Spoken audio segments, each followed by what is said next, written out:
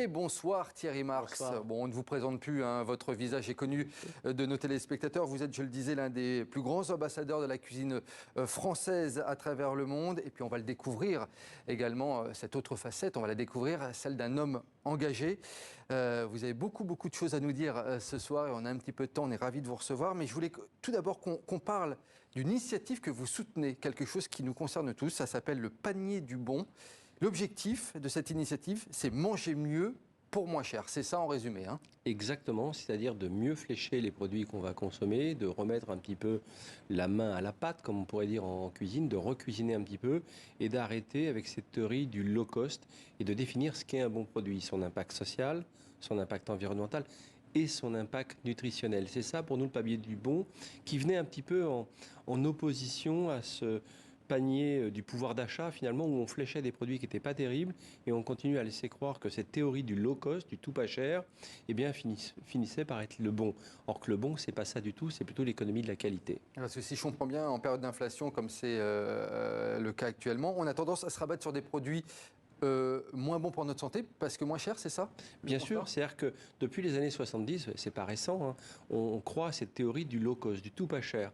En gros, vous renoncez à la qualité, on vous fait des petits prix. Ça a abîmé notre agriculture très largement, notre artisanat et notre industrie. Nous, on croit à l'économie de la qualité et de réapprendre à être des mangeurs. Aujourd'hui, on est dans un pays qui a une fracture sociale qui est avérée. Et bien, sur cette fracture sociale, c'est créé une alimentation à deux vitesses.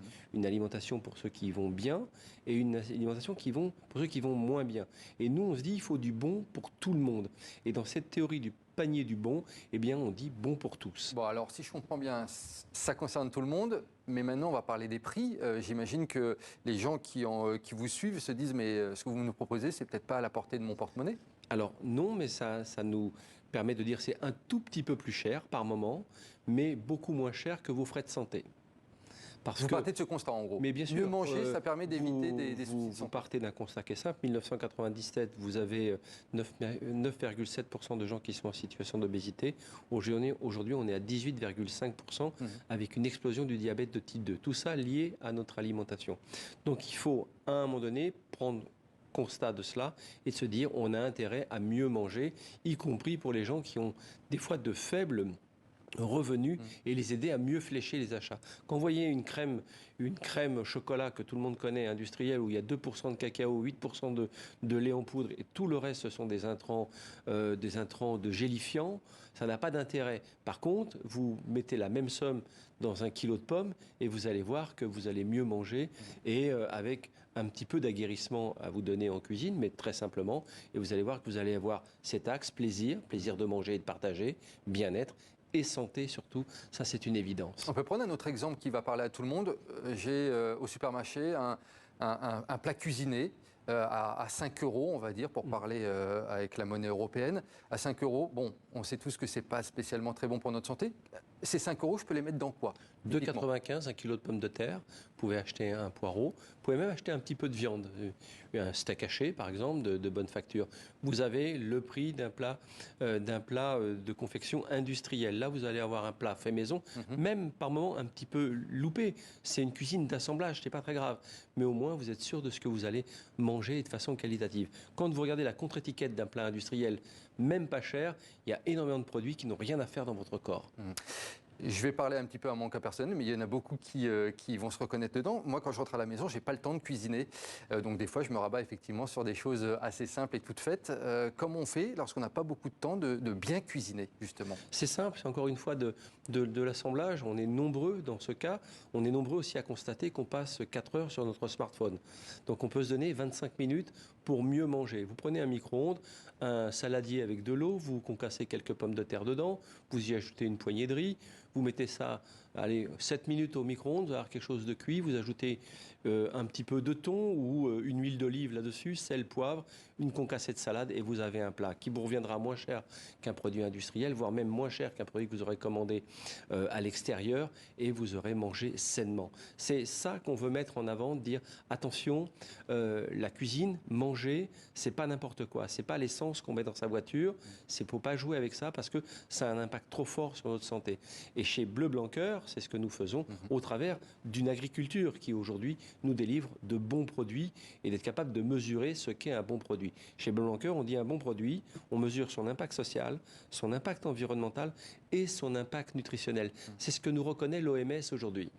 Qu'est-ce que vous pensez de la livraison des repas à domicile, une des grandes tendances dans beaucoup de pays? On est dans le domaine de la malbouffe, là, ou pas?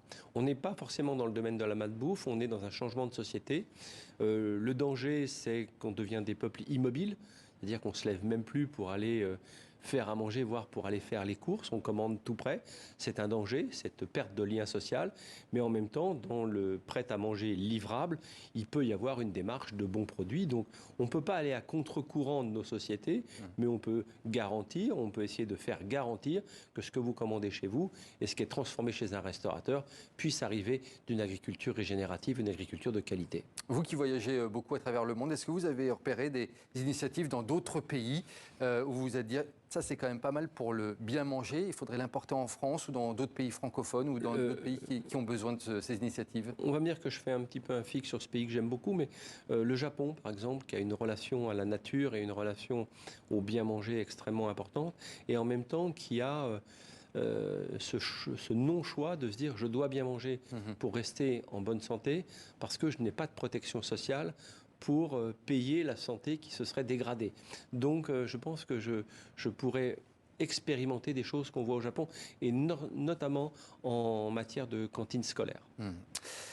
On le voit, hein, la santé, ça fait partie de vos engagements. Vous êtes un homme engagé, Thierry Marx. Parmi vos multiples casquettes, vous êtes depuis peu président de l'UMI. L'UMI, c'est le principal syndicat patronal de l'hôtellerie-restauration en France. Comment se porte le secteur cet été en France? On manque toujours de manœuvres ou c'est un métier en tension ou pas? Alors, l'État ne nous reconnaît pas comme métier en tension, donc il faut s'interroger un petit peu là-dessus. Il manque en gros 200 000 postes. Là, toujours 200 000, c'était le cas il y a déjà 2 mois. En sachant qu'on est quand même une profession qui perd 100 000 postes chaque année. Et pourquoi? De gens qui partent à la retraite. Ah, qui partent à la retraite. Donc notamment. Ça, c'est un peu normal. On a un problème démographique aussi dans notre pays. Donc il faut pallier à ça. Pour pallier à ça, il y a la formation professionnelle qu'il faut améliorer et accélérer. Et en même temps, redonner beaucoup d'attractivité à nos métiers. Peut-être une replanification de nos métiers. Mais en tout cas, c'est les combats que nous menons aujourd'hui à l'UMI. Alors après, c'est un secteur qui a été touché par beaucoup de crises. On a eu la crise Covid, bien évidemment, dans laquelle on a quand même été heureusement aidé. Mais ensuite est arrivé différentes crises liées aux problèmes sociaux dans notre pays. Mais il n'en est pas moins aujourd'hui qu'il y a des entreprises qui sont en très grande difficulté à cause de la facture de l'énergie, le remboursement des PGE, l'augmentation de la grille des salaires. Aujourd'hui, il y a des entreprises de la restauration qui sont en grande difficulté. Il y a peut-être une crise également de l'engagement dans ce secteur, un secteur qui attire peut-être moins les jeunes. D'ailleurs, c'est une de vos priorités, de former les jeunes au métier de la restauration. Ça, c'est vraiment quelque chose qui vous tient à cœur. Les jeunes et les moins jeunes, pour démontrer que nos métiers ne sont pas plus durs que ceux des autres, il y a une législation qui est posée, il y a un cadre sur ces métiers, donc sur les horaires, sur les coupures, il y a un tas de choses comme ça. C'est un des SMIC les plus hauts en France, c'est un salaire minimum le plus haut.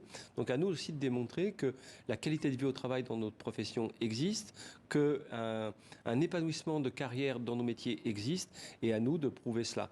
Que vous soyez diplômé ou non diplômé, et c'est pour ça qu'on a créé le CV numérique. Vous avez créé le CV numérique, effectivement, qui concerne la France, mais je voulais qu'on s'attarde également sur une autre initiative qui est le restaurant Au Nord, que vous avez ouvert à Paris. Alors ça, c'est génial, le restaurant Au Nord, puisqu'il comporte 20% de personnes en insertion ou issues des écoles cuisine mode d'emploi. Cuisine mode d'emploi, c'est une école que vous mettez en place pour aider les jeunes. Là, ça y est, on est complètement dans la réinsertion, dans l'insertion dans la société via la cuisine. Oui, parce que je crois à un modèle économique et je crois à la croissance des entreprises, mais que ces croissances aient un impact social et un impact environnemental. Donc on a définitivement acté que nous devons être dans l'économie sociale. C'est ce que nous avons fait pour T-Traiteur, qui est un traiteur que nous avons aussi. C'est ce que nous avons fait pour la Madame Brasserie à la Tour Eiffel. Et c'est ce que nous faisons pour Honor, être capable de mesurer notre impact social, 20% de personnes en inclusion, et des gens qui sont vraiment des gens aguerris au métier, et puis du circuit court lié à Bleu Blanc Cœur avec tout un système du monde agricole qui fournit ce restaurant. Qu'est-ce qui vous dit justement ces gens qui sont en réinsertion dans la société quand ils passent dans votre brigade et qui ils vous disent voilà, je travaille à vos côtés et ça y est, je reprends goût justement à l'emploi. Vous savez, le but de Honor, sans le H, hein, Honor, c'était honorer les produits, mais honorer aussi les gens qui n'ont pas encore été honorés, honorer nos convives, etc. Et l'idée pour nous, que ce soit dans nos écoles cuisine mode d'emploi ou boulangerie mode d'emploi, c'est de remettre les gens dans un système de projet. Un projet qui les ramène à l'emploi et dans un emploi durable. Ce n'est pas un emploi par défaut qu'on leur propose. On leur dit venez vers les métiers de la cuisine, venez vers les métiers de la boulangerie, les métiers du service, et vous allez retrouver que dans ce projet, il y a une reverticalisation de la personne qui se disent mais cette société, eh bien si j'ai un projet, je peux m'inclure, je peux m'intégrer à cette société, et c'est tout ce que nous défendons en termes d'inclusion. Et vous intervenez également en milieu carcéral pour transmettre votre savoir-faire auprès de nombreuses autres populations. Je voulais qu'on termine avec l'un des domaines importants dans votre vie, c'est les arts martiaux. Oui.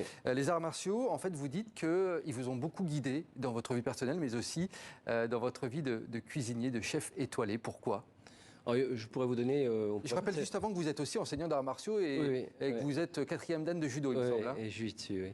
Mais je pourrais passer la soirée avec vous pour vous expliquer ça. Ah bon, vous réinvitera pour parler de ça. Ce que ça m'a apporté, c'est vrai que le judo, ça m'a fait prendre confiance en moi, le judo, le jiu-jitsu, parce que à une époque de ma vie, j'étais un peu en échec scolaire et je pensais qu'il n'y avait qu'une méthode d'apprentissage au monde qui était apprendre pour faire.